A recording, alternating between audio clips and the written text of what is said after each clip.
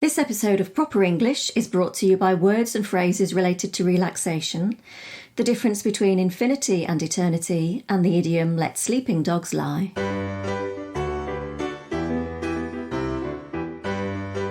Hello, I'm Dave. And I'm Alison. And we'd like to welcome you to our podcast, which, as you know, is called Proper English. If you're learning English and you want to know if telling someone to calm down works... It doesn't. If you get stuck thinking of the word to describe limitlessness... If you are puzzled by expressions like hold your horses... then Proper English is just the thing for you.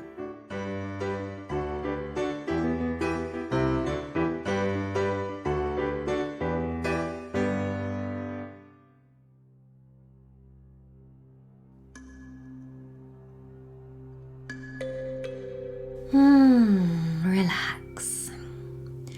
Dave will be back in a minute. He's just having a spot of reflexology, and I'm having a manicure at the moment, so today's episode should feel very laid back. If someone or something is laid back, it means they are relaxed, calm, unhurried. Here's Dave. I just had my feet up for an hour, Ali. To have reflexology, you literally have to have your feet up. That is, elevated. But we use the expression to put your feet up to mean to relax. Today's episode is about phrasal verbs and phrases and expressions that we use when we're talking about relaxation. After work, at the weekend or on holiday, most people feel the need to take a breather, to relax. And we can describe relaxing in many ways. For example, what did you do at the weekend, Dave? I chilled out. I watched some television and listened to music. I couldn't be bothered to cook, so I ordered a takeaway.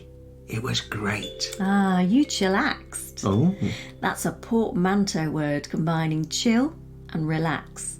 We'll look at more portmanteau words in a future episode. Oh, yeah. So, how do you like to unwind when you're not teaching or making podcasts? As you well know and point out regularly, Dave, I love a lie-in. I don't enjoy getting up early under any circumstances, so the longer I can stay in bed, the better. Didn't you invent the expression duvet day? A duvet day is a day when you stay under the covers, reading and being lazy. Perfect. I am teasing, but it's important to recharge your batteries, isn't it? We talked about burnout in episode 25, and we should do our best to try to avoid that. In fact, you let your nails dry while I get ready for What's the Difference? What's the difference? My awesome Venezuelan student Edwin asked me, what's the difference between infinity and eternity? And I realised I'd never considered it before. They are similar, but definitely not the same. Righto. So, infinity means the state or quality of being infinite. That is, limitless or endless in space, extent or size. The sublime. Something that cannot be counted. But eternity means unending in time, infinite time, in fact. Something eternal lasts forever, so time is the significant difference here. Eternity and eternal are often used to express romantic love. Oh. Yeah, you can buy eternity rings for each other. Although I think most commonly men buy them for women, but hey, we're not sexist here on Proper English. Nope. And there are songs like Eternal Flame by the Bangles. Oh, good 80s pop tune there. And there's also this, that royal fans will be interested to know was read out at Princess Diana's funeral. Time is very slow for those who wait, very fast for those who are scared, very long for those who lament, very short for those who celebrate, but for those who love, time is eternal.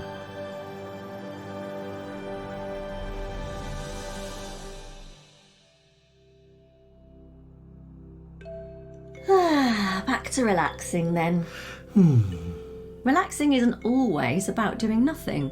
It might be about doing something fun. Could be. In English, we might talk about letting our hair down, and that means going out with friends, laughing, maybe dancing if that's your thing, but definitely a lively evening of fun. Or maybe you have a friend or a colleague who needs to loosen up because they're uptight.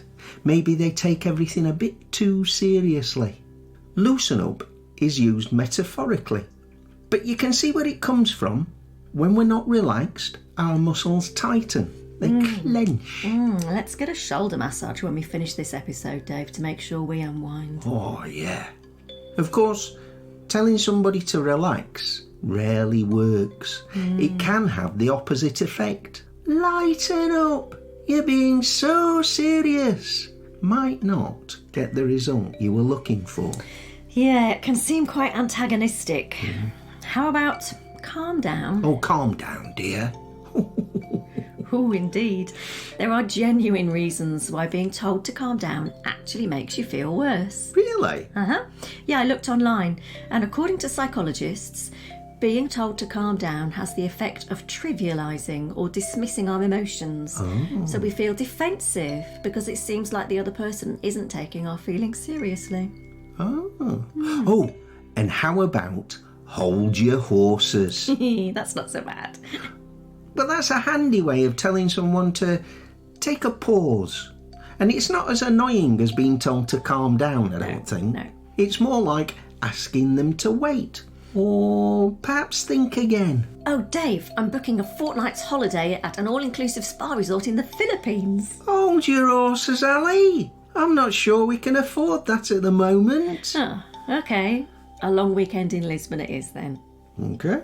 Now, let's take it easy, sit back and find out about the idiom of the week. Idiom of the week? Let sleeping dogs lie means don't get involved. Don't interfere in a situation which isn't causing a problem. Yeah, if you have a dog, you know how calm it feels when they've gone to sleep. If you wake them up, they bounce around with energy and you have to calm them down again. Yes, and waking up an aggressive dog can really cause problems. Not kidding. Best leave them to sleep. Let's think about how we use the expression in real life. Well, yesterday I had a disagreement with someone on Facebook, and this morning they seemed fine. I was thinking of sending them a message to be sure that everything's okay. No, Dave, they might just start the argument all over again. Let sleeping dogs lie. And here we are at the end of another episode of Proper English. We hope you've had fun listening in on our conversation. Oh, what should our listeners do if they've enjoyed the episode, Ali? Well, Dave, they could tell everyone they know about us. Friends, family, anyone who's studying or learning English. Oh, yes. And don't forget that they could like this episode and leave us a nice review and subscribe to us on their favourite podcast app. Where can they go if they want to get more involved? Or if they have any questions or suggestions, Dave? Well, of course, Ali, they can join us on Instagram or Facebook, or they can email us at properenglish, All one word. @sapo.pt. Excellent. So until next time, it's goodbye from me. And it's goodbye from me too. And thank you for listening to Proper English.